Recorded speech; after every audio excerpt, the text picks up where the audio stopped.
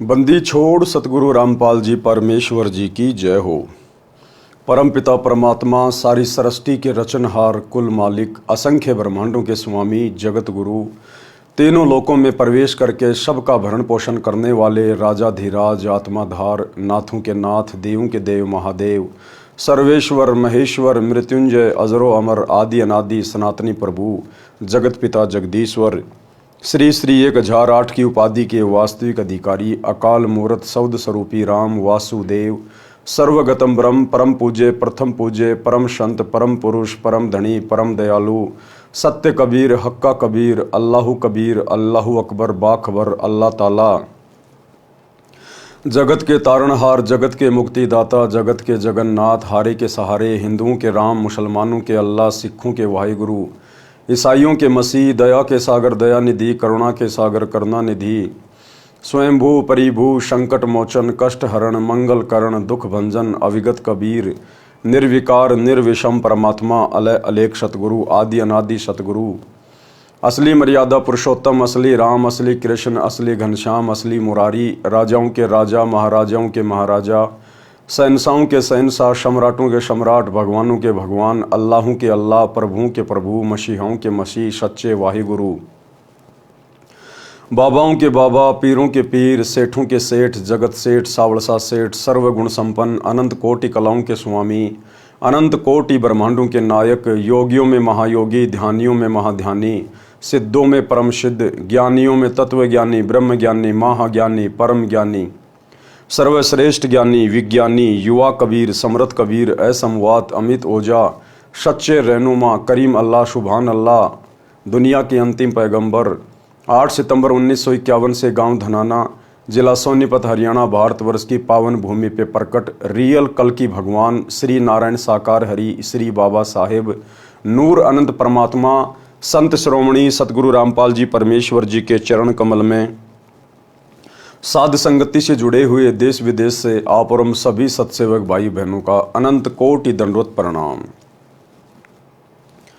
सत्साई भाई और बहनों, दया परमपिता परमेश्वर जी की सारी सृष्टि के रचनहार सतगुरु रामपाल जी भगवान की जिनके शुभ आशीर्वाद से विशेष आशीर्वाद से उन्हीं के कर कमल से लिखित पवित्र पुस्तक जीने की राह के ऊपर वीडियो बनाने की श्रृंखला जारी है। इसी श्रृंखला में आज हमारा ये 26वें नंबर का वीडियो है। प्रत्येक वीडियो में गुरुदेव भगवान के आशीर्वाद से हमें भक्ति मार्ग से संबंधित बहुत सारी बातें पता चल रही हैं जो हमारे विश्वास को दृढ़ कर रही हैं। भाई और बहनों, पवित्र पुस्तक जीने की राह के ऊपर कल हमारा लास्ट वीडियो होगा, अंतिम वीडियो होगा। उसके बाद सृष्टि रचना शुरू हो जाती है जो कि गुरुदेव भगवान ने अपने सत्संगों में अनेकों बार अच्छे से समझाई हुई है। तो कल जीने की राह पुस्तक के ऊपर हमारा लास्ट वीडियो होगा। उसके बाद मुसलमान धर्म के ऊपर गुरुदेव भगवान ने जो पवित्र पुस्तक लिखी है मुसलमान नहीं समझे ज्ञान कुरान, यानी मुसलमान धर्म के भाई मुल्ला काजी ये लोग कुरान शरीफ के ज्ञान को भली भांति नहीं समझ पाए हैं। उसके बाद उस पुस्तक के ऊपर वीडियो बनाने की श्रृंखला शुरू होगी। तो आज के वीडियो में गुरुदेव भगवान हमें वासुदेव की परिभाषा के विषय में बता रहे हैं। आम जो जगत के लोग हैं, सांसारिक लोग हैं, जो शास्त्र अनुकूल साधना से अपरिचित हैं, अपने धर्म ग्रंथों के गूढ़ रहस्यों से अपरिचित हैं, वे लोग केवल श्री कृष्ण जी को वासुदेव कहते हैं। दरअसल वासुदेव श्री कृष्ण जी का नाम नहीं था, वासुदेव श्री कृष्ण जी के पिताजी का नाम था। और श्री कृष्ण जी के पिता का वासुदेव नाम पंडितों ने वेदों से रखा था, क्योंकि वेदों में वासुदेव पूर्ण ब्रह्म परमात्मा कबीर साहेब का नाम है। वासुदेव का मतलब होता है जिसकी सत्ता सबके ऊपर है, जिसका निवास हर जगह पर है, जो कण कण में है, जो हर जगह निवास करता है वास करता है, उसको कहते हैं वासुदेव। तो श्री कृष्ण जी वासुदेव नहीं है, श्री विष्णु जी वासुदेव नहीं है, दुर्गा वासुदेव नहीं है, 21 ब्रह्मांड का स्वामी ज्योति निरंजन वासुदेव नहीं है, क्योंकि ज्योति निरंजन यानी काल ब्रह्म का निवास केवल 21 ब्रह्मांड में है, जबकि इससे ऊपर तो अक्षर पुरुष के 7 संख ब्रह्मांड हैं। इसलिए अक्षर पुरुष भी वासुदेव नहीं है, क्योंकि अक्षर पुरुष से ऊपर फिर शतलोक है, और ऊपर के लोकों में और नीचे के सभी लोकों में केवल एकमात्र परम सत्ता का वास है, जिसे कबीर भगवान कहते हैं, जो कबीर भगवान वर्तमान में सतगुरु रामपाल जी के रूप में धरती पे प्रकट हैं। तो यदि एकमात्र कोई वासुदेव है जिनका वेदों में नाम लिखा हुआ है, वो कबीर भगवान सतगुरु रामपाल जी हैं। तो चलिए गुरुदेव भगवान क्या समझा रहे हैं। पवित्र पुस्तक जीने की राह, पार्ट नंबर 26 और पेज नंबर 220। वासुदेव की परिभाषा। गीता अध्याय 3 श्लोक 14-15 में कहा है कि संपूर्ण प्राणी अन्न से उत्पन्न होते हैं। संपूर्ण प्राणी अन्न से उत्पन्न होते हैं। अन्न से कैसे उत्पन्न होते हैं? गुरुदेव भगवान ने बताया कि अन्न के खाने से शरीर में वीर्य पैदा होता है और वीर्य से फिर मनुष्य की उत्पत्ति होती है, स्त्री या पुरुष के रूप में। तो इस प्रकार अन्न से सभी की उत्पत्ति होती है। गीता अध्याय 3 श्लोक 14-15 में कहा है कि संपूर्ण प्राणी अन्न से उत्पन्न होते हैं। अधिक जानकारी पृष्ठ 215-216 पर है, वहां से पढ़े। यहां पर केवल इस विषय को लेते हैं। फिर कहा है कि ब्रह्म अर्थात क्षर पुरुष की उत्पत्ति अविनाशी परमात्मा से हुई है। ब्रह्म कौन? ये 21 ब्रह्मांड का स्वामी, दुर्गा का पति, ब्रह्मा विष्णु महेश का पिता। ब्रह्म यानी काल, ज्योति निरंजन, इसकी उत्पत्ति किससे हुई है? अविनाशी परमात्मा से।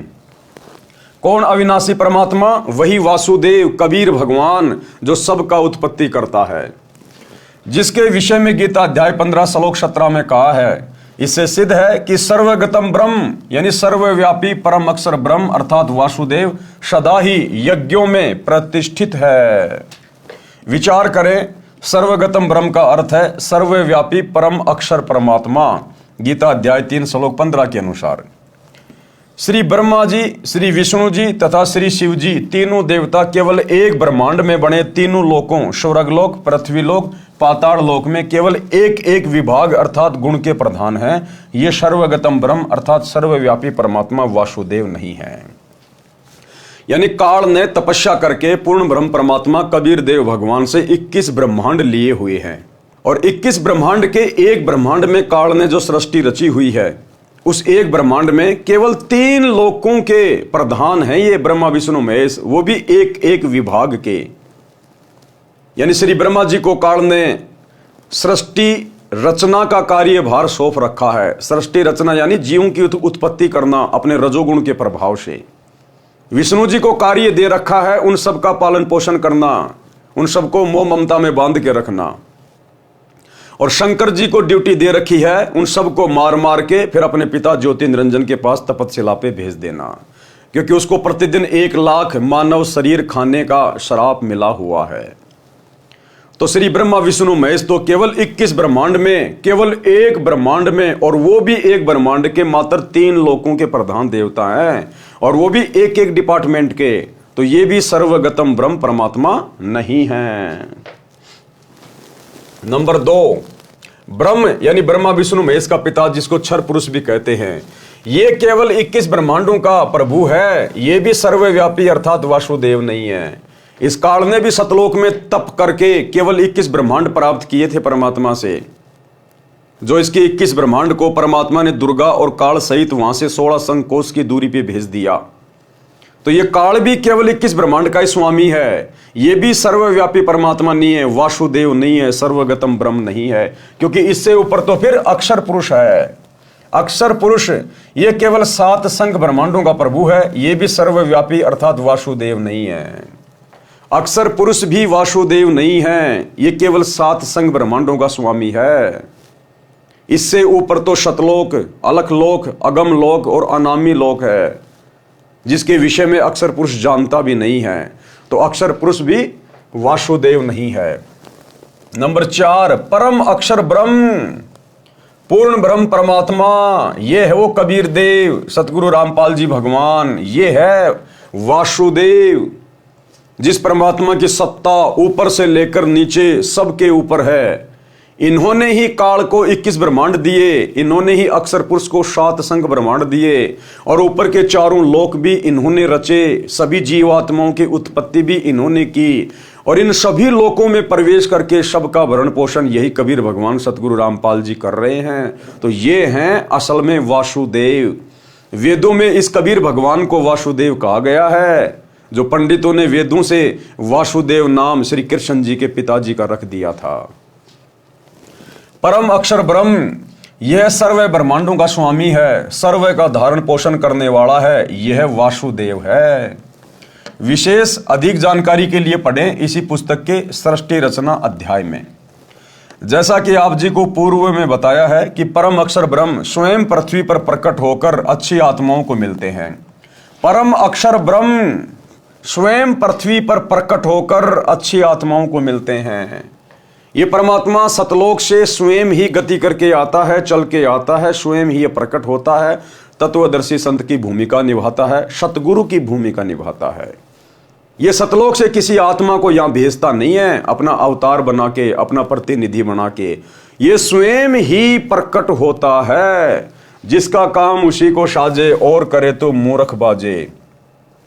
21 ब्रह्मांड में काल के अधीन जितने भी आत्माएं हैं उनका मोक्ष केवल ये कबीर भगवान स्वयं ही आके करवाता है, किसी आत्मा के वश की बात नहीं है। इसीलिए तो कहा गया है कि परम अक्षर ब्रह्म स्वयं पृथ्वी पर प्रकट होकर अच्छी आत्माओं को मिलते हैं, उनको तत्व ज्ञान बताते हैं। इसी विधान अनुसार वही परमात्मा संत गरीबदास जी को, कौन परमात्मा? वही कबीर परमात्मा, परम अक्षर ब्रह्म वासुदेव कबीर देव, अपने विधान अनुसार वही परमात्मा संत गरीबदास जी को गांव छुडानी जिला झज्जर प्रांत हरियाणा में सन 1727 में मिले थे। कौन मिले थे गरीबदास जी को? वही परम अक्षर ब्रह्म वासुदेव कबीर परमात्मा। और एक छोटा सा सत्संग पूज्य गुरुदेव जी के मुख कमल से कि वर्तमान में वे कौन हैं, यानी वर्तमान में सतगुरु रामपाल जी कौन है? ये वही परमात्मा हैं जो सन 1727 में गांव छुडानी के खेतों में आदरणीय गरीबदास जी को मिले थे। छोटा सा सत्संग जिसमें गुरुदेव कह रहे हैं कि उत्तर दक्षिण पूर्व पश्चिम फिरदा दाने दाने नु, सर्व कला सतगुरु साहिब की हरि आए हरियाणे नु। कि भाई वो परमात्मा गरीबदास जी के समय आए और आज तुम्हारे सामने प्रत्यक्ष प्रकट है। अगर पहचान सको तो पहचान लो। छोटा सा सत्संग। तो क्या बताते हैं? उत्तर दक्षिण पूर्व पश्चिम फिरता दाने दाने नो, और सर्व कला सतगुरु साहिब की हरि आए हरियाणे। गरीबदास जी के समय आए थे रिबारे भाई प्रगट सामने थारे, पहचाने जात पहचान लियो।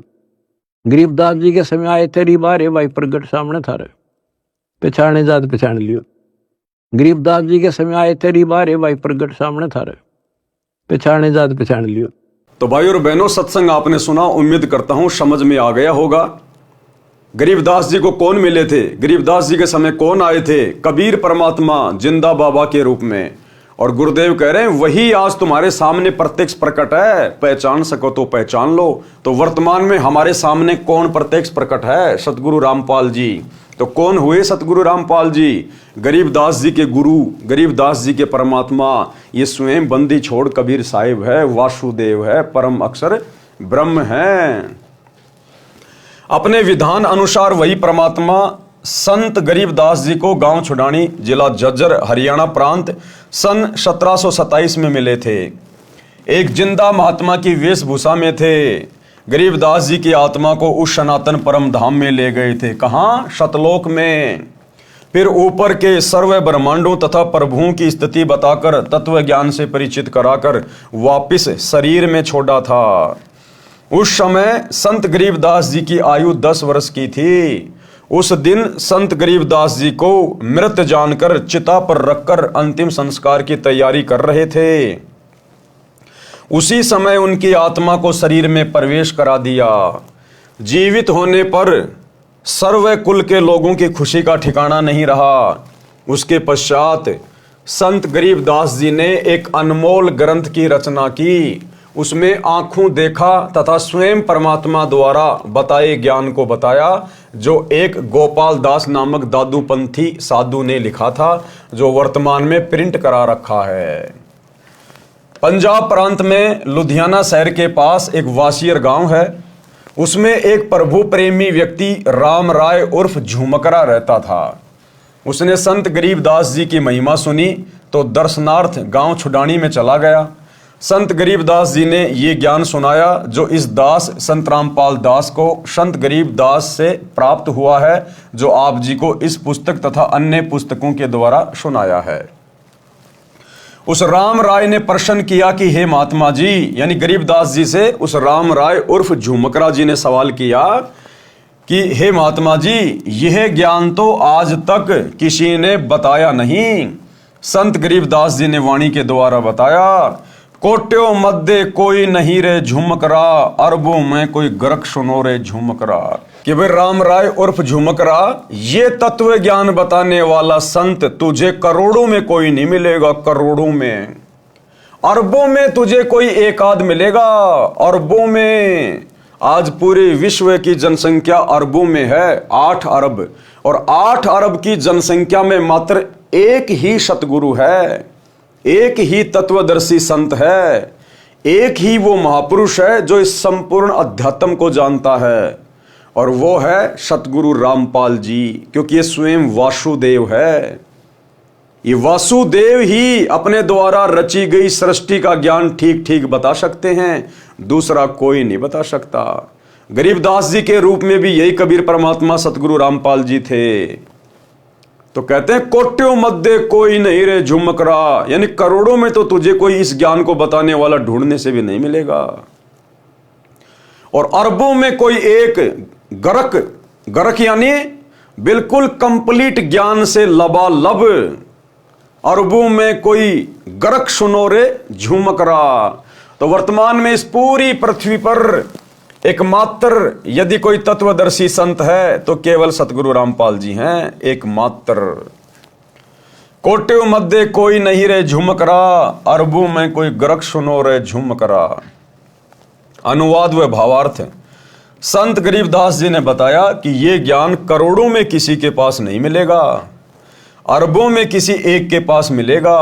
वह संत सर्व ज्ञान संपन्न, संपूर्ण साधना के मंत्रों से गरक अर्थात परिपूर्ण होता है।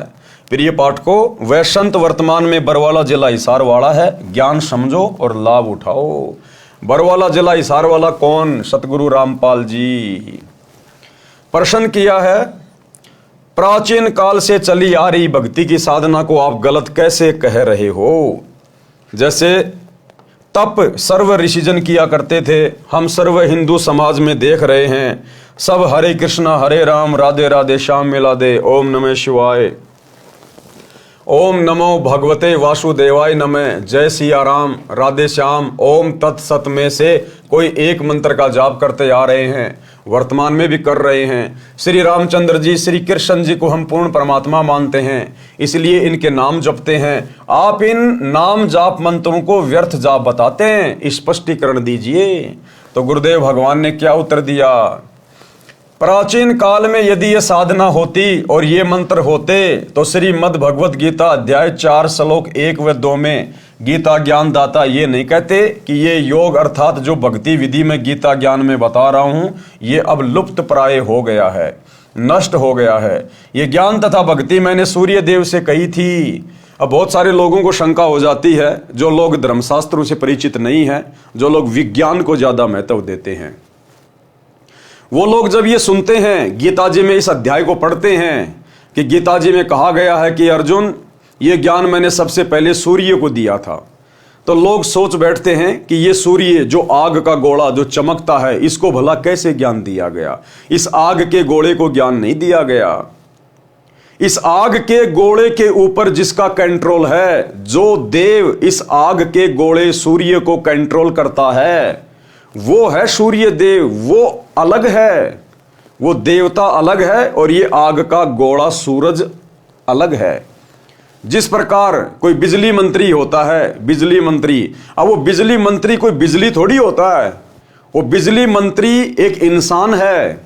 उस बिजली मंत्री का उस बिजली के ऊपर अधिकार है, वो डिपार्टमेंट उसके हाथ में है, उसको कंट्रोल करता है। वो बिजली अलग है और बिजली मंत्री अलग है। इसी प्रकार ये सूरज अलग है और सूर्य देव अलग है। तो सूर्य देव को सर्वप्रथम ये ज्ञान दिया गया। ये ज्ञान तथा भक्ति मैंने सूर्य देव से कही थी। फिर मनु को मनु ने अपने पुत्र इक्ष्वाकु को कहा। फिर कुछ राजा ऋषियों ने जाना। अब बहुत समय से अर्थात द्वापर से बहुत समय पहले से ही लुप्त था, तथा मनु इक्ष्वाकु आदि आदि सर्व सतयुग के प्रथम चरण में हुए थे। यदि आप श्री रामचंद्र जी पुत्र राजा दशरथ तथा श्री कृष्ण चंद्र जी श्री वासुदेव को पूर्ण परमात्मा मानते हैं, इसलिए इनके नाम हरे राम हरे कृष्ण आदि आदि जाप करते हैं और इन्हीं से मोक्ष मानते हैं, तो श्रीमद् भगवत गीता में वर्णित यथार्थ प्राचीन योग अर्थात भक्ति की विधि के विपरीत होने से व्यर्थ हैं। शास्त्र विधि त्याग कर मनमाना आचरण हुआ, जिस कारण से उपरोक्त प्रश्न में लिखे अन्य मंत्र भी शास्त्र प्रमाणित नहीं हैं, इसलिए व्यर्थ है।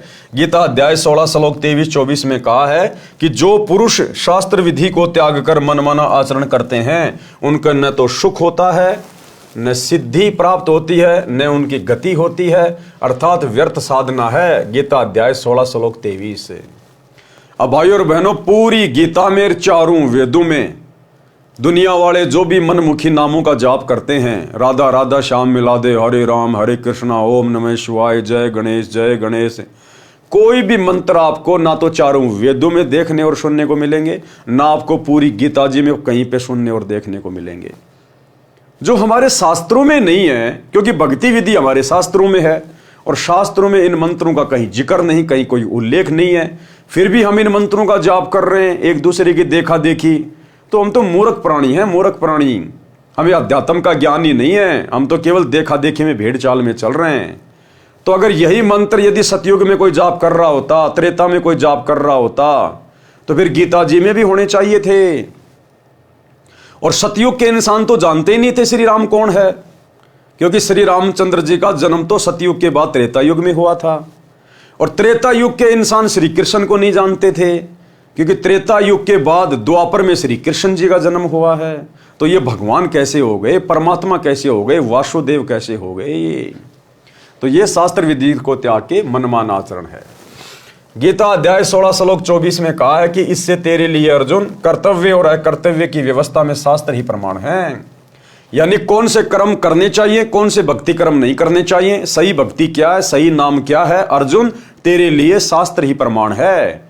किसी गुरु महात्मा की देखा देखी मत लग जाना, किसी के कहने से, किसी के बहकाव में आके मनमुखी साधना शुरू मत करना।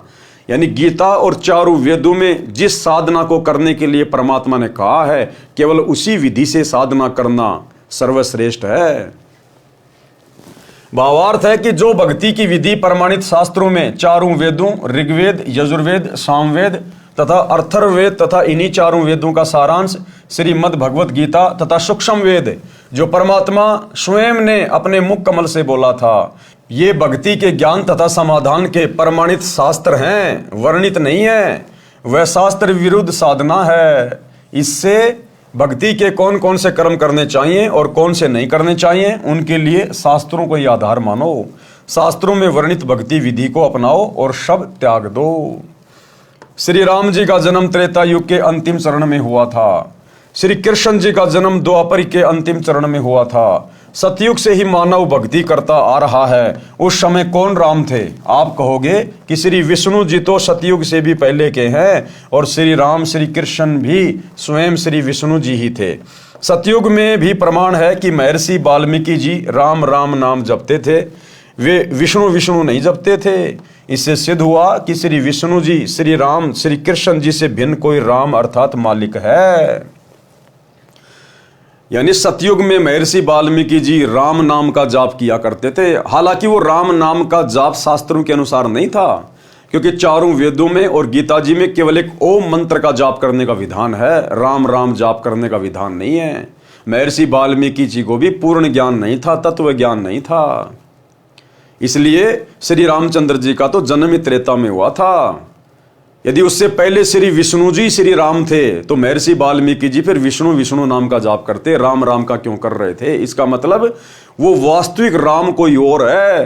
राम राम शब्द जगत बखाना। त्रेता युग वाले राम को तो सब जानते हैं, लेकिन आदि राम कोई बिरला जाना है। आदि राम वो वासुदेव परमात्मा, परम अक्षर ब्रह्म, कबीर देव, वो है असल में राम। राम यानी जो सबके ऊपर, सबका परमात्मा, सबका अल्लाह। इससे सिद्ध हुआ कि श्री विष्णु जी, श्री राम, श्री कृष्ण जी से भिन्न कोई राम अर्थात मालिक है। उस राम का जाप करना चाहिए जो गीता अध्याय 7 श्लोक 29 में है, जिसके विषय में कहा है कि तत्व ब्रह्म को जानने वाले केवल जरा तथा विरध अवस्था तथा मृत्यु से छुटकारा पाने के लिए ही भक्ति करते हैं। अर्जुन ने गीता अध्याय 8 श्लोक 1 में प्रश्न किया कि वह तत्व ब्रह्म क्या है, तो गीता ज्ञानदाता ने गीता अध्याय 8 श्लोक 3 में उत्तर दिया कि वह परम अक्षर ब्रह्म है, यानी सबसे ऊपर वाला भगवान, तेरे ब्रह्मा विष्णु महेश दुर्गा काल महाकाल इन सबसे ऊपर वाला वो परम अक्षर ब्रह्म है, वो सच्चिदानंद घन ब्रह्म कबीर देव, ये है वो वासुदेव जो वर्तमान में सतगुरु रामपाल जी के रूप में धरती पे प्रकट है। गीता अध्याय 8 के श्लोक 5 व 7 में गीता ज्ञानदाता ने अपनी भक्ति करने को कहा है, जिसका जाप मंत्र गीता अध्याय 8 के श्लोक 13 में बताया है, ओम इति एकाक्षरम ब्रह्म व्यवहारण माम अनुसमरण। गीता अध्याय 8 के श्लोक 8, 9, 10 में गीता ज्ञानदाता ने अपने से अन्य उस तत्व ब्रह्म अर्थात परम अक्षर ब्रह्म की भक्ति करने को कहा है। उसकी भक्ति का नाम जाप मंत्र गीता अध्याय 17 श्लोक 23 में है, ओम तत्सत इति निर्देश ब्रह्मण त्रिविध समृत ब्राह्मणा तेन वेदा च यज्ञा च विहिता पुरा। सरलार्थ ब्रह्मण यानी सच्चिदानंद घन ब्रह्म अर्थात परम अक्षर ब्रह्म की भक्ति का ओम तत्सत मंत्र के सुमरण का निर्देश यानी आदेश है, जो 3 प्रकार से सुमरण के लिए कहा है। विद्वान अर्थात तत्वदर्शी संत उस ज्ञान के आधार से भक्ति करते थे और धार्मिक यज्ञों का अनुष्ठान और अन्य भक्ति कर्म सृष्टि की आदि अर्थात सृष्टि के प्रारंभ में किए जाते थे। श्रीमद् भगवद गीता से सिद्ध हुआ कि गीता ज्ञानदाता से अन्य कोई पूर्ण परमात्मा है, जो श्री विष्णु जी, श्री ब्रह्मा जी तथा श्री शिव जी से भी भिन्न है, जिसके विषय में गीता अध्याय 15 श्लोक 1, 4 व 17 में तथा गीता अध्याय 18 श्लोक 62 में तथा और अनेकों स्थानों पर गीता में कहा गया है, वह पूर्ण परमात्मा है। गीता अध्याय 15 श्लोक 16 में 2 पुरुष बताए हैं, यानी 2 भगवान बताए गए हैं, और दोनों नाशवान बताए हैं, यानी दोनों की जन्म और मृत्यु होती है। किसकी? क्षर पुरुष यानी ब्रह्म की और अक्षर पुरुष की। उनके अंतर्गत जितने प्राणी हैं वे भी नाशवान हैं। क्षर पुरुष ये केवल 21 ब्रह्मांडों का प्रभु है और अक्षर पुरुष ये 7 संग ब्रह्मांड का प्रभु है। ये दोनों ही पूर्ण परमात्मा नहीं है। गीता अध्याय 15 श्लोक 16। गीता अध्याय 15 श्लोक 17 में गीता ज्ञानदाता ने कहा कि उत्तम पुरुष तू अन्य, अर्थात इन दोनों से उत्तम पुरुषोत्तम तो कोई और ही है, परमात्मा तो कोई और ही है। कि उत्तम पुरुष तू अन्य अर्थात पुरुषोत्तम तो कोई ऊपर वर्णित दोनों पुरुषों यानी दोनों भगवानों क्षर पुरुष तथा अक्षर पुरुष से अलग है, जिसको परमात्मा इति उदारते यानी परमात्मा कहा गया है। ये लोकत्रयम जो तीनों लोकों में आविश्य विभर्ति यानी प्रवेश करके धारण पोषण करता है, अवय ईश्वर है यानी अविनाशी परमेश्वर है। गीता अध्याय 15 श्लोक 17 का निष्कर्ष है ये कि क्षर पुरुष और अक्षर पुरुष से अलग कोई और पुरुषोत्तम है और परमात्मा है, जो तीनों लोकों में प्रवेश करके सबका भरण पोषण करता है। वास्तव में वो परमात्मा है। पूर्ण परमात्मा परम अक्षर ब्रह्म है, सिद्ध हुआ। उसकी भक्ति का मंत्र ओम तत्सत है, ये भी सिद्ध हुआ। ओम तत्सत जो तीनों मंत्र हैं, ये उपरोक्त तीनों प्रभुओं यानी ओम मंत्र तो क्षर पुरुष का अर्थात काल का है, जो गीता का ज्ञान दे रहा है, और तत् ये सांकेतिक है, जो इसी पुस्तक में पूर्व में विवरण है, वहां पढ़ें। ये तत् नाम जाप अक्षर पुरुष का है, और सत जो तीसरा मंत्र है, ये भी सांकेतिक है। अधिक विस्तार पूर्व में दिए प्रकरण में इसी पुस्तक में पढ़ें। ये सत मंत्र परम अक्षर ब्रह्म का है, जिसको सार नाम कहते हैं, लेकिन ये सांकेतिक है, कोड वर्ड में है। ये केवल सतगुरु रामपाल जी बताएंगे कि वास्तव में वो मंत्र क्या है। श्रीमद् भगवद गीता में ये पूर्ण मोक्ष प्राप्ति के सांकेतिक मंत्र हैं, जो आज तक यानी सन 2012 तक किसी ने नहीं स्पष्ट किए। आप जी जो हरिओम तत्सत जाप करते हैं वह भी व्यर्थ है, क्योंकि आप जी को तत् तथा सत के वास्तविक मंत्रों का ज्ञान नहीं है। यानी ये तत्व क्या है और सत क्या है, ये कोड वर्ड में है, यानी वास्तविक मंत्र क्या है वो किसी को पता नहीं है, एकमात्र सतगुरु रामपाल जी के अलावा। उदाहरण, एक धनी व्यक्ति ने अपने धन को अपने घर में गड्ढा खोद कर दबा दिया। उस स्थान का केवल धनी व्यक्ति को ही पता था। उस धनी व्यक्ति ने एक बही में सांकेतिक स्थान लिख दिया। धनी व्यक्ति की मृत्यु अचानक हो गई। पिता का संस्कार करके पुत्रों ने वह पैड उठाई जिसमें पिताजी कहता था कि इस बही में धन कहाँ है, ये लिखा है, जिसे पिताजी किसी को नहीं दिखाते थे। धनी व्यक्ति के मकान के आगे आंगन था। उस आंगन के एक कोने में मंदिर बना था। बही में लिखा था कि चांदनी 14 रात्रि 2 बजे सारा धन मंदिर के गुंबज में दबा रखा है। लड़कों ने मंदिर का गुंबज रात्रि के 2 बजे फोड़कर धन खोजा, कुछ नहीं मिला। बच्चों को बड़ा दुख हुआ। एक दिन उनके पिता का मित्र दूसरे गांव से शोक व्यक्त करने आया। बच्चों ने यथास्थान पर धन न मिलने की चिंता जताई। उस धनी के मित्र ने वह बही मंगाई और व्याख्या पढ़ी तो कहा कि मंदिर के गुंबज का पुनः निर्माण कराओ। वैसा ही कराना, मैं फिर किसी दिन आऊंगा, तब धन वाला स्थान बताऊंगा। वह व्यक्ति चांदनी 14 को आया। रात्रि के 2 बजे जिस स्थान पर मंदिर के गुंबज की चांद की रोशनी से छाया थी, उस स्थान पर खुदाई कराई। सारा धन बही में लिखा था वह मिल गया। बच्चे खुश तथा धनी हुए। आप जी जो हरिओम तत्सत का जाप कर रहे हो, आप मंदिर का गुंबज खोद रहे हो, कुछ भी हाथ नहीं आएगा। यथास्थान वास्तविक मंत्र मेरे यानी संत रामपाल दास के पास है, उनको ग्रहण करके भक्ति धनी तथा सुखी हो। परमात्मा कहते हैं वस्तु कहां खोजे कहां और किस विध लागे हाथ, और भाई एक पलक में पाइए बेदी ले ले साथ। तो ये ओम तत् सत क्या है, इनके पीछे छुपे हुए वो वास्तविक मंत्र क्या हैं, इनका भेद वर्तमान में केवल सतगुरु रामपाल जी के पास है, क्योंकि ये वासुदेव है, इन्होंने इन मंत्रों का आविष्कार किया है। प्रश्न किया है, राधा जी गांव बरसाना उत्तर प्रदेश नजदीक वृंदावन की रहने वाली थी। वहां के व्यक्ति राधे राधे नाम जपते हैं। सुबह सुबह या कभी कभी आपस में मिलते हैं तो वे राम राम नहीं बुलाते, वे कहते हैं चाचा राधे राधे। चाचा कहता कि बेटा राधे राधे, क्या वे मूर्ख हैं? उत्तर दिया गुरुदेव ने, तत्व ज्ञान के अभाव से लोकवेद को सत्य ज्ञान मानकर यह शास्त्र विरुद्ध मंत्रों का जाप चल रहा है। यानी ये गीता जी में कहीं नहीं लिखा राधा राधा राधे राधे श्याम मिला दे, ये मनमाना आचरण है, लोकवेद है, भेड़ चाल है। वैसे तो आप जी को पहले स्पष्ट कर ही दिया है कि गीता अध्याय 16 श्लोक 23-24 में कहा है कि जो शास्त्र विधि को त्याग कर मनमाना आचरण करते हैं, अर्थात जो नाम जाप शास्त्रों में नहीं है उनका जाप करते हैं, उनको न सुख होता है, न सिद्धि प्राप्त होती है, न उनकी गति होती है, अर्थात व्यर्थ जाप साधना है। इससे तेरे लिए अर्जुन कर्तव्य और अकर्तव्य की व्यवस्था में शास्त्र ही प्रमाण है, ये पहले बता चुका हूं। अब बात है कि चाचा भतीजा राधे राधे शब्द क्यों उच्चारण करते हैं। आप जानते हैं कि राधा जी कौन थी? राधा भगवान श्री कृष्ण जी की प्रेमिका थी। उस समय बरसाना गांव के व्यक्ति राधा जी को उल्टा, बदचलन, निर्लज आदि आदि विशेषणों से संबोधित करते थे। कहते थे ये दूसरे गांव के नंद बाबा के लड़के से छिप छिप कर मिलने जाती है, इसे अपने घर पर भी न आने देना, बेटियों पर गलत प्रभाव पड़ेगा। श्रीमान जी, अब उसी बरसाना के व्यक्ति राधा जी के लिए स्वयं स्त्री पुरुष युवतियां कहते हैं कि राधे राधे श्याम मिला दे।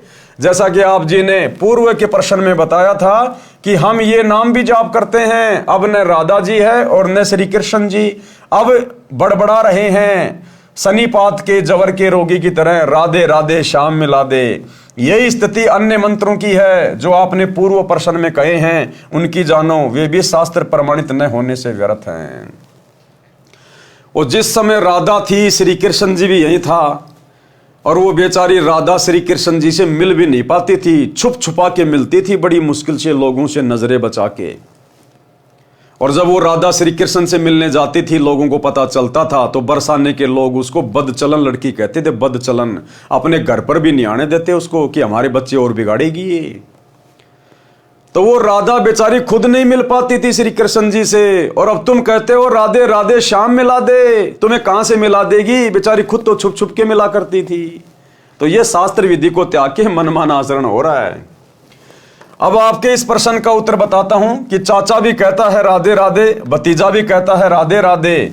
आपको भी पता है कि राधा जी श्री कृष्ण जी की प्रेमिका थी। आपको यह भी पता है कि जब रुक्मणी जी को श्री कृष्ण जी भगाकर रथ में बैठा कर लाने लगा तो रुक्मणी जी का भाई अपनी बहन को छुड़ाने के लिए घोड़े पर सवार होकर पीछे दौड़ा था।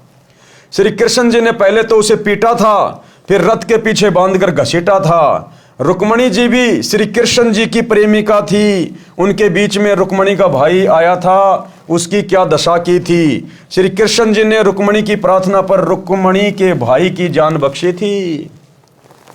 यदि आज भगवान कृष्ण वर्तमान में होते तथा राधा भी होती और बरसाना वाले चाचा भतीजा आपस में ये शब्द बोलते कि राधे राधे, तो क्या श्री कृष्ण जी पसंद करते? कभी नहीं। चाचा भतीजा दोनों को रथ से बांधकर घसीटते। यदि आप किसी की प्रेमिका का नाम लेकर बड़बड़ाओगे तो प्रेमी के ऊपर कैसी गुजरेगी? यदि ताकतवर होगा तो मुंह फोड़ देगा, कमजोर होगा तो रोएगा, उसकी जान को कोसेगा। क्या वह प्रसन्न होगा? नहीं। इसलिए ये नाम जो शास्त्र प्रमाणित नहीं है, इनका जाप व्यर्थ है। शास्त्र प्रमाणित नाम मेरे पास है। किसके? सतगुरु रामपाल जी के पास, वासुदेव के पास। आओ और अपना कल्याण कराओ। फिर किसी ने प्रश्न किया, आपने प्रसन्न यानी पूर्ण गुरु की क्या पहचान है?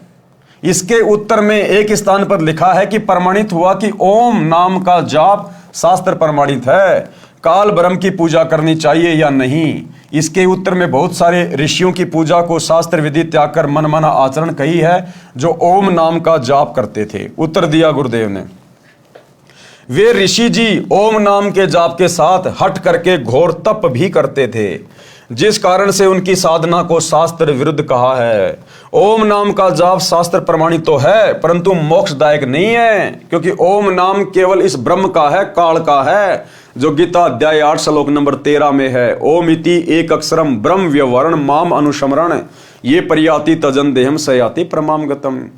और ओम नाम की साधना करके आप केवल उसके ब्रह्म लोक में जा सकते हैं, और ब्रह्म लोक में जाने के बाद भी जीव वापस आता भक्ति नष्ट करके। गीता अध्याय 8 श्लोक नंबर 16 में लिखा हुआ है। और ब्रह्म लोक से नीचे आके फिर वो नरक भोगता है, 84 लाख योनियों में गधा कुत्ता सुअर बनता है। इसलिए ओम नाम की साधना भी मोक्षदायक नहीं है, परंतु मोक्षदायक नहीं है, जिससे अनुत्तम गति प्राप्त होती है। अनुत्तम गति यानी घटिया गति, मोक्ष प्राप्त नहीं होगा। इसलिए उन ऋषियों की पूजा विधि शास्त्र विरुद्ध है। वेद तथा गीता में उस पूर्ण परमात्मा की भक्ति करने को कहा है, उसकी भक्ति न करके मनमानी पूजा शास्त्र विरुद्ध है। प्रश्न किया फिर, महर्षि वाल्मीकि जी तो सतयुग में हुए थे, वे भी राम राम जपते थे, क्या ये मंत्र भी शास्त्र प्रमाणित नहीं है? जी बिल्कुल नहीं है। कैसे नहीं है? उत्तर, पूर्व में बताया है कि गीता अध्याय 4 श्लोक 1 व 2 में गीता ज्ञानदाता ने बताया है कि ये ज्ञान मैंने सूर्य को सुनाया था, उसने अपने पुत्र मनु जी को सुनाया, फिर कुछ एक राज ऋषियों को प्राप्त हुआ। सतयुग के प्रारंभ में ही ये सब सूर्य, मनु व राज ऋषि हुए, उनके बाद ये ज्ञान नष्ट हो गया था। महर्षि वाल्मीकि जी को सप्त ऋषि मिले थे, उन्होंने तपस्या करके सिद्धियां प्राप्त की थी। वही हठ योग करके तप विधि महर्षि वाल्मीकि जी को उन्होंने बता दी। जिस हठ योग तप को महर्षि वाल्मीकि जी ने तन मन से श्रद्धा से किया, कुछ समय उपरांत शरीर के ऊपर के भाग यानी सिर में से आवाज सुनाई दी थी, वह थी राम राम। उसी शब्द का उच्चारण महर्षि वाल्मीकि जी तपस्या के दौरान करने लगे, यानी मनमाना आचरण करने लगे। काल ने वो आकाशवाणी कर दी राम राम, क्योंकि उसने तो भक्ति का ड्रामा बना के रखना है, सबको अपने भोजन के लिए शास्त्र विरुद्ध साधना पे लगा के रखना है। सुनने वाले को ऐसा लगता है जैसे ये मरा मरा बोल रहे हैं, वास्तव में राम राम का ही उच्चारण किया करते थे। उनको तपस्या का परिणाम मिला, उनमें सिद्धियां प्रवेश हो गई, उनकी दिव्य दृष्टि खुल गई, जिस कारण से उन्होंने श्री रामचंद्र जी के जन्म से हजारों वर्ष पूर्व ही रामायण अर्थात श्री रामचंद्र जी के जन्म की जीवनी सर्व घटनाएं लिख दी थी। ग्रंथ का नाम है वाल्मीकि रामायण, जो संस्कृत भाषा में लिखी गई थी। राम राम के जाप से कोई आध्यात्मिक लाभ नहीं होता, परंतु परमात्मा का बोधक शब्द होने से, उच्चारण करने से परमात्मा की भूल नहीं पड़ती। इसलिए राम नाम के उच्चारण का प्रचलन हिंदू धर्म में प्राचीन समय से है। जैसे स्वामी रामानंद जी राम राम शब्द से संबोधित करते थे, उनके शिष्य भी एक दूसरे को राम राम से संबोधित करते थे, परंतु जाप ओम मंत्र का किया करते थे। इसी प्रकार हम कबीर पंथी सत साहेब बुलाते हैं, हमारा जाप मंत्र अन्य है। उसी भक्ति से भगवान तक जाया जा सकता है। सूक्ष्म वेद में कहा है, सतगुरु मिले तो इच्छा मेटे, पद मिल पद समाना, चल हंसा उस लोक पठाऊं जो अजर अमर अस्ताना। चार मुक्ति जहां चंपी करती माया हो रही दासी, दास गरीब अभय पद पर से वो मिले राम अविनाशी। अब भक्ति किस भगवान की करनी चाहिए, किस प्रभु की करनी चाहिए? गीता जी के अनुसार, यानी गीता जी क्या कह रही है कि भक्ति किस प्रभु की करनी चाहिए? इसलिए सूक्ष्म वेद में कहा है, भजन करो उस रब का जो दाता है कुल सबका, कि उस प्रभु का, उस भगवान का, उस रब का, उस मालिक का भजन करो जो सबका रब है, सबका भगवान है, सबका परमात्मा है, जो वासुदेव है, उस परम अक्षर ब्रह्म का, कबीर देव का, जो वर्तमान में सतगुरु रामपाल जी के रूप में धरती पे प्रकट हैं। श्रीमद् भगवद गीता अध्याय 15 श्लोक 1 से 4 तथा 16-17 में कहा है कि यह संसार ऐसा है जैसे पीपल का पेड़ है। जो संत इस संसार रूपी पीपल के पेड़ की मूल यानी जड़ों से लेकर तीनों गुणों रूपी शाखाओं तक सभी भाग भिन्न भिन्न बता देता है, स वेदवित, वह वेद के तात्पर्य को जानने वाला है, अर्थात वह तत्वदर्शी संत है। यानी सृष्टि की रचना कैसे हुई, काल के 21 ब्रह्मांड कैसे आए, कहां से आए, ब्रह्मा विष्णु महेश की उत्पत्ति कैसे हुई, ब्रह्मा विष्णु महेश की भक्ति मार्ग में क्या स्थिति है, कितनी इनकी पावर है, कहां तक के ये भगवान है, अक्षर पुरुष कौन है, उसके साथ संग ब्रह्मांड कहां से आए, कैसे आए, और ऊपर के चारों अजर अमर लोक क्या हैं, जो इस संपूर्ण सृष्टि रचना को बता दे, इस भक्ति रूपी पेड़ की संरचना को बता दे, वो है वासुदेव, वो है वो प्रभु जिसकी भक्ति करनी चाहिए। अपने द्वारा रची सृष्टि का ज्ञान तथा वास्तविक अध्यात्म ज्ञान परमात्मा स्वयं पृथ्वी पर प्रकट होकर अपने मुख कमल से सुनाता है। अपने द्वारा रची गई सृष्टि का ज्ञान परमात्मा स्वयं पृथ्वी पर प्रकट होकर, यानी आज सतगुरु रामपाल जी ये कबीर भगवान 8 सितंबर 1951 से गांव धनाना, जिला सोनीपत, हरियाणा में प्रकट हैं। और ये सृष्टि रचना का ज्ञान, ये संसार रूपी पीपल के पेड़ की संरचना जो गीता जी में लिखी हुई है अध्याय 15 श्लोक 1 से 4 में, केवल सतगुरु रामपाल जी परमेश्वर जी ने बताई है, सतयुग से लेकर वर्तमान समय तक पूरी व्याख्या करके। आज से पहले किसी ने यह भेद नहीं खोला। ये है वो मूल ज्ञान, तो ये है वो परमात्मा जो स्वयं प्रकट होकर अपने मुख कमल से वाणी बोलकर ये ज्ञान प्रचारित करता है।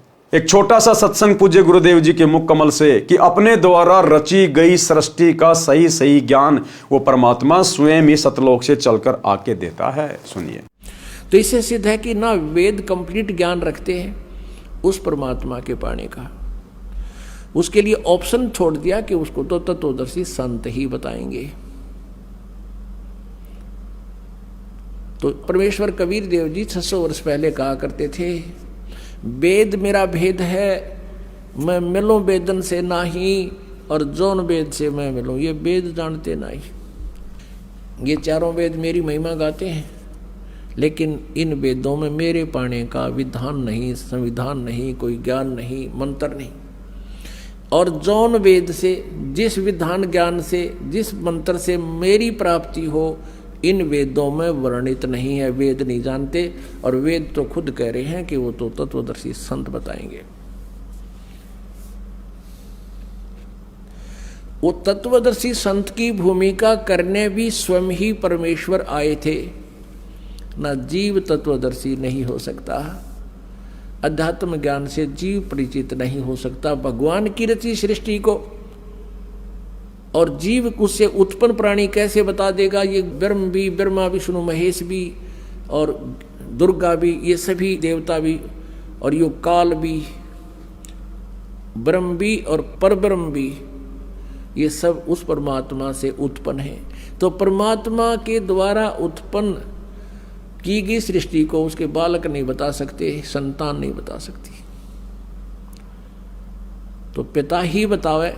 तो भाई और बहनों, सतगुरु रामपाल जी किसी के अवतार नहीं है, किसी के दास नहीं है, कोई संदेशवाहक नहीं है। ये स्वयं ही कबीर देव है, वासुदेव है, परम अक्षर ब्रह्म है।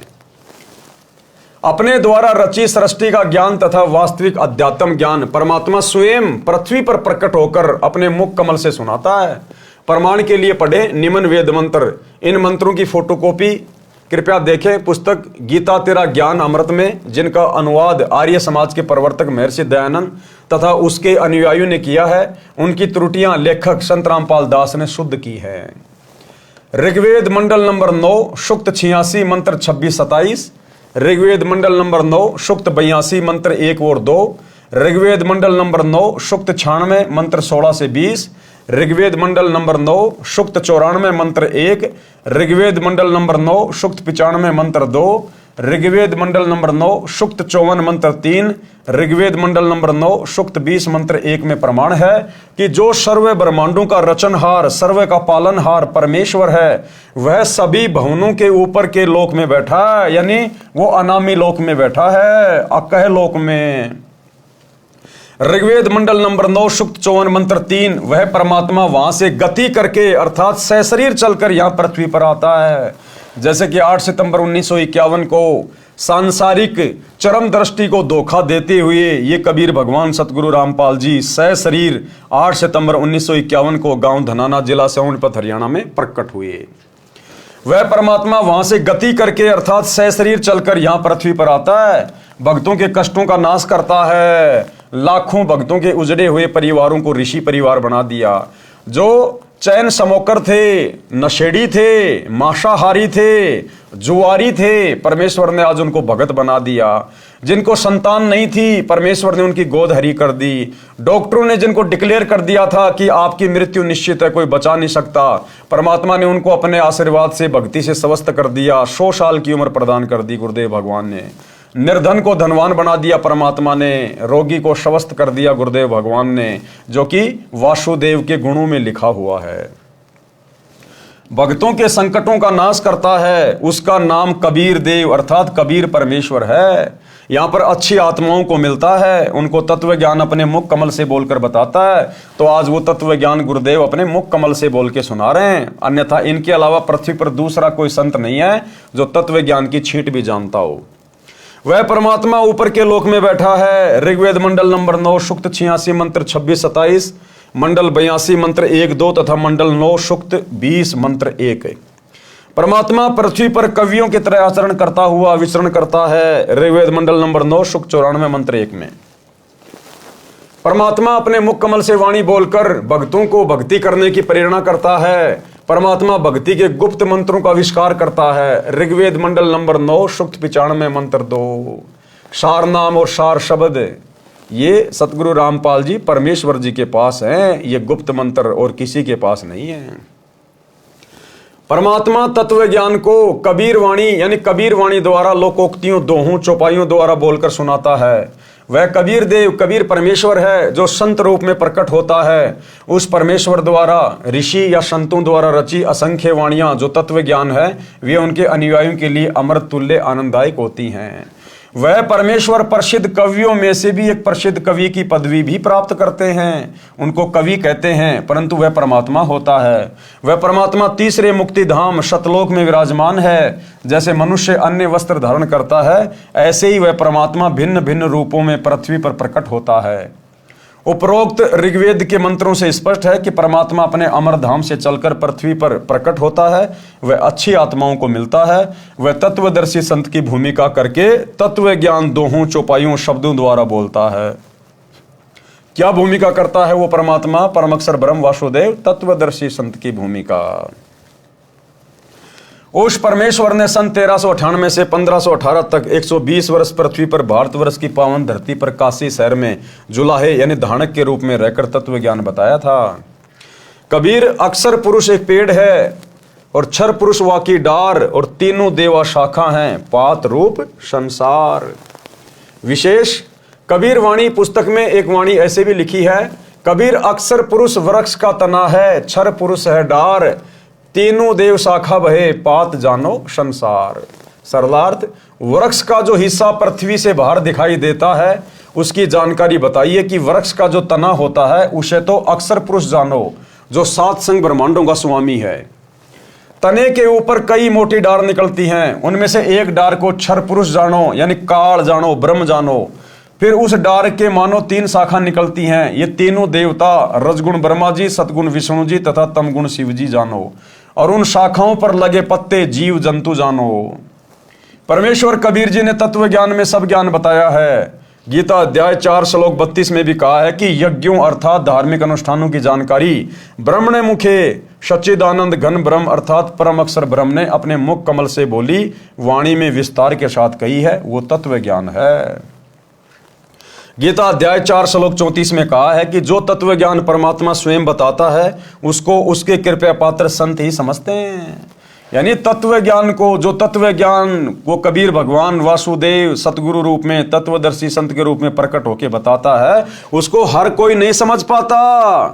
केवल उसके कृपया पात्र संत ही समझते हैं, जो अपने गुरु को परमात्मा के रूप में स्वीकार कर लेते हैं, अपने गुरु को ही परमेश्वर के रूप में जान लेते हैं। और वर्तमान में केवल सत्सेवक भाई बहन जो साध संगति से जुड़े हुए हैं, केवल यही वो आत्मा हैं जो कृपा पात्र हैं गुरुदेव भगवान की, जिन्होंने अपने गुरु को अपना इष्ट मान लिया, परमात्मा मान लिया, कबीर भगवान मान लिया। और समाज में जो कबीर दास जी की जो नकली फोटो है दाढ़ी मूंछ वाली, उसको फाड़ फाड़ के फेंक दिया। और गीता अध्याय 3 श्लोक 13 के अनुसार अपने गुरु को इष्ट मानकर घर घर में उनका बेड लगाकर उनको भोग लगाया जा रहा है। तो क्या कहा गुरुदेव ने, जब वो परम अक्षर ब्रह्म तत्वदर्शी संत के रूप में धरती पे आता है, तब उसके कृपा पात्र संत ही उसको समझ पाते हैं। उस तत्व ज्ञान को तू तत्वदर्शी संतों के पास जाकर समझ, उनको दंडवत प्रणाम, पृथ्वी पर पेट के बल लंबा लेटकर प्रणाम करके नम्रता पूर्वक प्रश्न करने से वे तत्वदर्शी संत तत्व ज्ञान का उपदेश करेंगे। परमेश्वर ने यह तत्व ज्ञान स्वयं पृथ्वी पर प्रकट होकर बताया था। गीता अध्याय 15 श्लोक 1 में तत्वदर्शी संत की पहचान बताई है कि जो संत संसार रूपी वृक्ष को मूल यानी जड़ से लेकर सर्व अंगों को जानता है, वो तत्वदर्शी संत है। अब जाने संसार रूपी वृक्ष के सर्वांग। मूल यानी जड़, ये परम अक्षर ब्रह्म है, ये कबीर देव है, ये वासुदेव है। यानी पेड़ की जो जड़ होती है वो जमीन के अंदर होती है, वो दिखाई नहीं देती, वो परोक्ष होती है, गुप्त होती है, छुपी हुई होती है, लेकिन वो साकार है। यदि उसको खोद के देखा जाए तो वो साकार है, साकार। इसलिए पेड़ का जो मूल है वो उसकी जड़ होती है, जड़ से ही पूरे पेड़ को पोषण मिलता है, तने को भी, डारियों को भी, आगे शाखाओं को भी। तो पोषण कहां से मिल रहा है? जड़ से मिल रहा है। इसी प्रकार जो परम अक्षर ब्रह्म है, जो वासुदेव है, कबीर देव, वो गुप्त है, वो परोक्ष है, निराकार नहीं है, वो साकार है। जैसे पेड़ की जड़ें निराकार नहीं है, वो साकार हैं जो जमीन के अंदर है। इसी प्रकार वो कबीर परमात्मा साकार है, निराकार नहीं है, जो तीनों लोकों में प्रवेश करके सबका भरण पोषण करता है। जैसे पेड़ की जड़ें पूरे पेड़ का पोषण करती हैं। मूल यानी जड़, ये परम अक्षर ब्रह्म है जो सबका मालिक है, सबकी उत्पत्ति करता है, सबका धारण पोषण करने वाला है, जिसकी जानकारी गीता अध्याय 8 श्लोक 1 के प्रश्न का उत्तर गीता अध्याय 8 के ही श्लोक 3, 8, 9, 10 तथा 20, 21, 22 में दिया है। उसी का वर्णन गीता अध्याय 15 श्लोक 17 में है। जैसे गीता अध्याय 15 श्लोक 16 में 2 पुरुष बताए हैं, एक क्षर पुरुष, दूसरा अक्षर पुरुष। ये दोनों तथा इनके अंतर्गत जितने शरीरधारी प्राणी हैं वे सब नाशवान हैं, जीव आत्मा तो किसी की भी नहीं मरती। गीता अध्याय 15 के श्लोक 17 में कहा है कि उत्तम पुरुष है, अर्थात पुरुषोत्तम तो अन्य ही है, जिसे परमात्मा इति उदाहरतः परमात्मा कहा जाता है। ये लोकत्रयम जो तीनों लोकों में अविश्य विवर्ती प्रवेश करके सबका धारण पोषण करता है, अवय ईश्वर, वो अविनाशी परमेश्वर है। ये परम अक्षर ब्रह्म संसार रूपी वृक्ष की मूल यानी जड़ रूप परमेश्वर है। ये वह परमात्मा है जिसके विषय में संत गरीबदास जी ने कहा है, भजन करो उस रब का जो दाता है कुल सबका। तो ये है वो दाता, वो रब, पूरे कुल का मालिक। भजन करो उस रब का जो दाता है कुल सबका। ये 21 ब्रह्मांड के स्वामी क्षर पुरुष का भी दाता है, 7 संग ब्रह्मांड के स्वामी अक्षर पुरुष का भी दाता है। यह असंख्य ब्रह्मांडों का मालिक है। यह क्षर पुरुष तथा अक्षर पुरुष का भी मालिक तथा उत्पत्ति करता है। अक्षर पुरुष ये संसार रूपी वृक्ष का तना जाने, ये 7 संग ब्रह्मांडों का मालिक है, ये भी नाशवान है। तीसरा क्षर पुरुष ये गीता ज्ञान दाता है, इसको क्षर ब्रह्म भी कहते हैं। इसे संसार वृक्ष की डार जानो, ये केवल 21 ब्रह्मांडों का मालिक है, ये भी नाशवान है। नंबर 4 पर तीनों देवता, रजगुण ब्रह्मा, सतगुण विष्णु, तमगुण शिव, संसार रूपी वृक्ष की 3 शाखाएं यानी टहनियां हैं। ये एक ब्रह्मांड में बने 3 लोकों, पृथ्वी लोक, पाताल लोक तथा स्वर्ग लोक में एक एक विभाग के मंत्री हैं यानी मालिक हैं। जैसे रजगुण विभाग के श्री ब्रह्मा जी मालिक हैं, जिसके प्रभाव से सभी प्राणी संतान उत्पत्ति करते हैं। सतगुण विभाग के श्री विष्णु जी मालिक हैं, जिसके एक दूसरे में ममता बनी रहती है, कर्मा अनुसार सर्व का किया फल देते हैं। तमोगुण विभाग के श्री शंकर जी मालिक हैं, जिसके कारण सर्व का अंत होता है, और पात रूप में संसार के प्राणी जानो, ये है संसार रूपी वृक्ष के सर्व भागों की भिन्न भिन्न जानकारी। ये ज्ञान स्वयं परमेश्वर कबीर जी ने अपने मुख कमल से बोला था। वह कबीर वाणी, कबीर बीजक, कबीर शब्दावली तथा कबीर सागर में श्री धनी धर्मदास बांधवगढ़ वाले द्वारा लिखा गया था। उस परमेश्वर ने जो बताया ही था, यह वर्तमान में इस दास रामपाल दास ने समझा है। ये कृपया परमेश्वर कबीर जी की ही है कि संपूर्ण अध्यात्म ज्ञान मुझे प्राप्त है। गीता अध्याय 15 श्लोक 1 के अनुसार तत्वदर्शी संत की पहचान से भी यह सिद्ध हुआ कि ये दास रामपाल दास वो तत्वदर्शी संत है। तो भाई और बहनों, मौका चूको मत, जितना जल्दी हो सके सतगुरु रामपाल जी परमेश्वर जी के सत्संग सुनना शुरू कर दो और भक्ति शुरू कर दो। आने वाला समय बहुत ज्यादा विनाशकारी है। अगर आप शास्त्र विधि को त्याग के मनमुखी मंत्रों का जाप करते रहोगे, हरे राम हरे कृष्णा राधे राधे श्याम मिला दे, ओम नमः भागवते वासुदेवाय नमः, कुछ भी जपते रहो, कुछ भी ढोलक पेटी बजाते रहो, इन नकली साधु संत महात्मा आचार्य शंकराचार्य की शरण में पड़े रहो, कुंभ नहाते रहो, गंगा हरिद्वार गया बरसाना बद्रीनाथ केदारनाथ नीलकंठ कहीं भी चक्री मारते रहो, गोवर्धन की फेरी लगाते रहो, कुछ नहीं हासिल होगा। अंत में दुर्गति होगी, दुर्गति। क्योंकि आप सभी लोग मनमानी साधना कर रहे हो, मनमानी पूजा। पूरा का पूरा हिंदू समाज मनमानी पूजा के ऊपर टिका हुआ है, मनमानी साधना के ऊपर। एक बार सतगुरु रामपाल जी के सत्संग सुनना शुरू करो, सृष्टि रचना को सुनो, पढ़ो, समझो और सत भक्ति को अपनाओ। ये मनुष्य जन्म केवल सत भक्ति के लिए मिला है, केवल सत भक्ति के लिए। बाकी सारे काम तो जानवर भी करते हैं, और अंत में हम वही काम करते करते मर गए, तो फिर जानवर में और हम इंसानों में भला क्या अंतर हुआ। तो भाइयों और बहनों, आज के जीने की राह पुस्तक के ऊपर बन रहे वीडियो में केवल इतना ही। कल हमारा लास्ट वीडियो होगा, अंतिम वीडियो होगा जीने की राह पुस्तक के ऊपर। तो कल रात्रि सभी भाई बहन 8 बजे फिर से जुड़िए। तब तक गुरुदेव भगवान हम सबको आज्ञा दें, इजाजत दें, सद्बुद्धि दें, आशीर्वाद दें। बंदी छोड़ सतगुरु रामपाल जी भगवान की जय हो।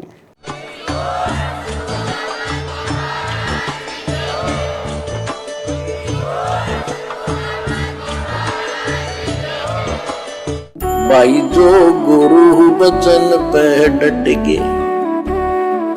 कट गे फंद 84 के, कट गे फंद 84 के, कट गे फंद 84 के। भाई जो गुरु बचन पे डट गे, कट गे फंद 84 के।